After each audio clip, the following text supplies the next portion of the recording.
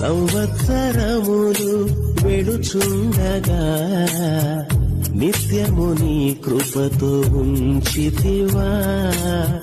దినములన్నీ తరుగుచుండగా నీ దయతో నన్ను కాచితివా.